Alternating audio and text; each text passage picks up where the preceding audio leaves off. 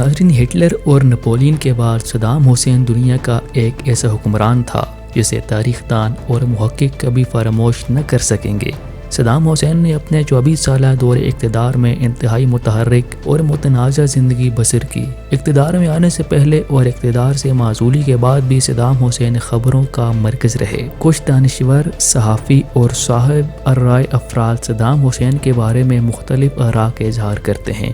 کچھ کہتے ہیں صدام حسین امریکی ایجنٹ تھا، اس نے امریکی مفادات کا بھرپور تحفظ کیا، اور دوسروں کا موقف ہے کہ صدام حسین عالم اسلام کا ایک ایسا قوم پرست جنگجو عرب حکمران تھا جس نے سپر پاور کے سامنے سرنگوں ہونے کے بجائے اصولوں کی خاطر سب کچھ قربان کر دیا۔ صدام حسین اسرائیل اور امریکی حاشیہ برادر حکمرانوں کے سخت خلاف اور آزادی کی تحریکوں کا سرپرست رہا۔ ایک طبقہ فکر نے صدام حسین کو اسلام کا ہیرو قرار دیا ہے۔ اس کے علاوہ دوسروں کا کہنا ہے کہ صدام حسین عقل سے عاری ایک ظالم اور ضدی حکمران تھا جس نے عالم اسلام کے مفادات کو ناقابل تلافی نقصان پہنچایا۔ صدام حسین نے صدر کا منصب سنبھالنے کے 14 ماہ بعد ایران پر حملہ کر دیا۔ 9 سال تک جاری رہنے والی اس جنگ میں 3 لاکھ سے زیادہ عراقی اور 7 لاکھ کے قریب ایرانی مسلمان جان گنوا بیٹھے، 20 لاکھ سے زائد زخمی ہوئے۔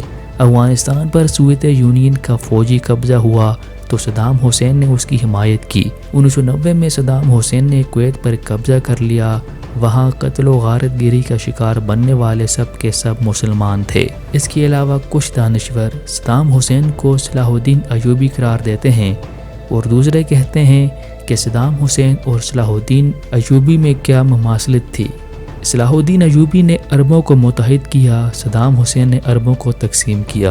صلاح الدین ایوبی حسن اخلاق، رحم دلی اور انسانیت کا پیکر تھے، جبکہ صدام حسین ایک ظالم جابر تھا جو مخالفوں کو اپنے ہاتھ سے گولی مارنا پسند کرتا۔ صلاح الدین ایوبی نے قبلہ اول کو عیسائیوں سے آزاد کرایا اور غیر ملکیوں کو اپنے خطے سے نکالا۔ صدام حسین نے غیر ملکیوں کو اس خطے میں اڈے بنانے کا موقع مہیا کیا اور ملت اسلامیہ کے نمائندہ شہروں نجف و کربلا، بغداد اور بصرہ پر غیر ملکی قبضے کرا دیے۔ کچھ دانشور اور صحافیوں کا کہنا ہے کہ صدر صدام حسین دنیا کا واحد سربراہ تھا جس نے ورلڈ ٹریڈ سینٹر اور پینٹاگون کے حادثے پر امریکہ سے افسوس کا اظہار نہیں کیا۔ یہ رائے مختلف دانشوروں اور صحافیوں کی ہے۔ اس کے علاوہ صدام حسین کی شخصیت کا اگر دوسرا پہلو دیکھا جائے تو صدام حسین نے اقتدار میں آتے ہی پورے ملک میں اسکول سے لے کر یونیورسٹی تک مفت تعلیم کر دی، پورے ملک میں ایک نصاب کا کورس شروع کیا، پورے ملک میں اسکولوں اور ہسپتالوں کی نئی عمارتیں تعمیر کرائی، ریڈیو اور ٹیلی ویژن کے ذریعے مضبوط تعلیمی نیٹ ورک قائم کیا۔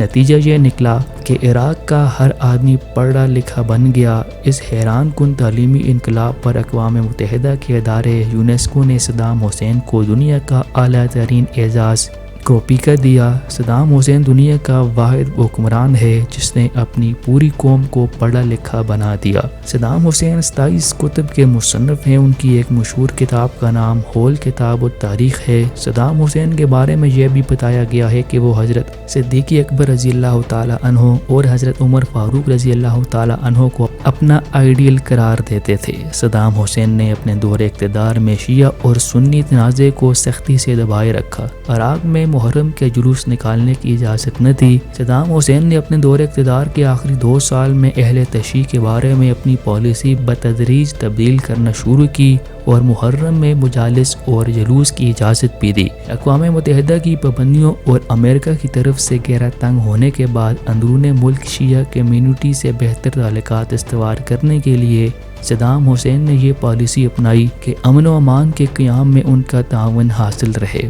صدام حسین نے 1991 میں خلیجی جنگ کے موقع پر امریکی صدر سینئر بش کو جو خط لکھا وہ بھی تاریخی اہمیت کا حامل ہے۔ صدام حسین نے خط میں لکھا کہ آپ ایک سپر ریاست کے صدر ہیں، آپ اور آپ کے پستہ قد ایجنٹ مجھے ایک دروغ کو قرار دیتے ہیں، لیکن آپ اس الزام کو ثابت کرنے میں ناکام رہے ہیں۔ آپ جانتے ہیں کہ آپ کا سب سے بڑا خواب یہی ہے کہ آپ صدام حسین کو جھوٹا دیکھنا چاہتے ہیں، لیکن صدام حسین کے نزدیک جو جھوٹ بولتا ہے وہ قوت ارادی اور ایمان کی دولت کھو دیتا ہے۔ ریاست متحدہ امریکہ کے صدر آپ نے بھی جھوٹ کی راہ اپنا لی ہے اور آپ بھی اس دروغ کو جتے کے ساتھی بن گئے ہیں جو اپنے آپ کو عرب قوم کا نمائندہ سمجھتے ہیں۔ عرب قوم کے خدمت گزار وہ عرب حکمران نہیں ہیں جو آپ کے تابعدار ہیں اور قوم کی دولت چرانے میں آپ کے شریک کار ہیں۔ عرب وہ ہیں جو غریب اور ایماندار ہیں اور حقیقی معنوں میں محب وطن ہیں۔ آپ عرب قوم کو ڈرا دھمکا نہیں سکتے۔ یہ وہ عظیم قوم ہے جو نبیوں، پیغمبروں اور مقدس آسمانی کتب کے نزول کے لیے منتخب کی گئی۔ 1991 کی خلیجی جنگ کے موقع پر صدام حسین نے قوم سے خطاب کرتے ہوئے اقوام متحدہ پر بھی کڑی تنقید کی اور کہا، یہ سلامتی کونسل کیا ہے؟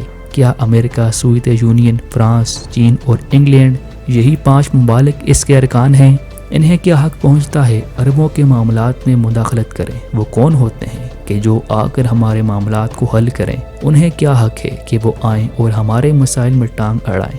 نہ انہیں ہماری ثقافت کا علم ہے، نہ انہیں ہمارے اقتصاد معلوم ہے۔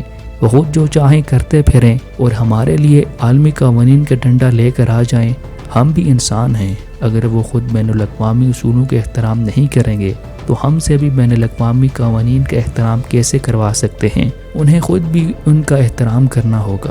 ہم نے کتنی دفعہ سلامتی کونسل میں مسئلہ فلسطین پیش کیا ہے مگر کسی نے کوئی توجہ نہیں دی۔ سلامتی کونسل اپنا وقار کھو چکی ہے۔ نہ یہ عالمی ہے اور نہ امن کی کونسل، بلکہ یہ بش کا تابعدار ادارہ ہے۔ میں اس کا احترام نہیں کر سکتا۔ یہ جھوٹے، مکار اور دغا باز ہیں۔ ہم ان پر اعتماد نہیں کر سکتے۔ عراق نے امریکہ کی اس سازش کو بھی بے نقاب کیا تھا کہ وہ تیل پر قبضہ کر کے پوری دنیا پر قابض ہونا چاہتا ہے۔ ہماری خواہش ہے کہ وہ تیل پر قبضے کے بجائے خرید و فروخت کرے۔ وہ ہم سے خریدے، ہم انہیں فروخت کریں، جو ایک عالمی اصول ہے۔ لیکن یہ کہ وہ آئے اور تیل پر قبضہ کرے اور عربوں اور مسلمانوں کو اپنا محکوم بنا لے، ہم اسے یہ نہیں کرنے دیں گے۔ ہم جنگ نہیں چاہتے۔ ہم نے اپنے ہاتھوں سے بغداد تعمیر کیا ہے۔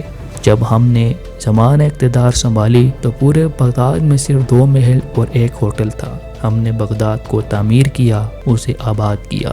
ہم جنگ کر کے یہ سب کچھ برباد نہیں کرنا چاہتے۔ ہم نے اس کے لیے راتوں کی نیند قربان کی ہے۔ ہم نے اس کے لیے بڑی مشقتیں اٹھائی ہیں۔ اپنے ہاتھ سے بنائے ہوئے بغداد کو ہم برباد نہیں کرنا چاہتے۔ ہم امن چاہتے ہیں، جنگ نہیں۔ یہ وہ خطاب تھا جو صدام حسین نے قوم سے کیا تھا۔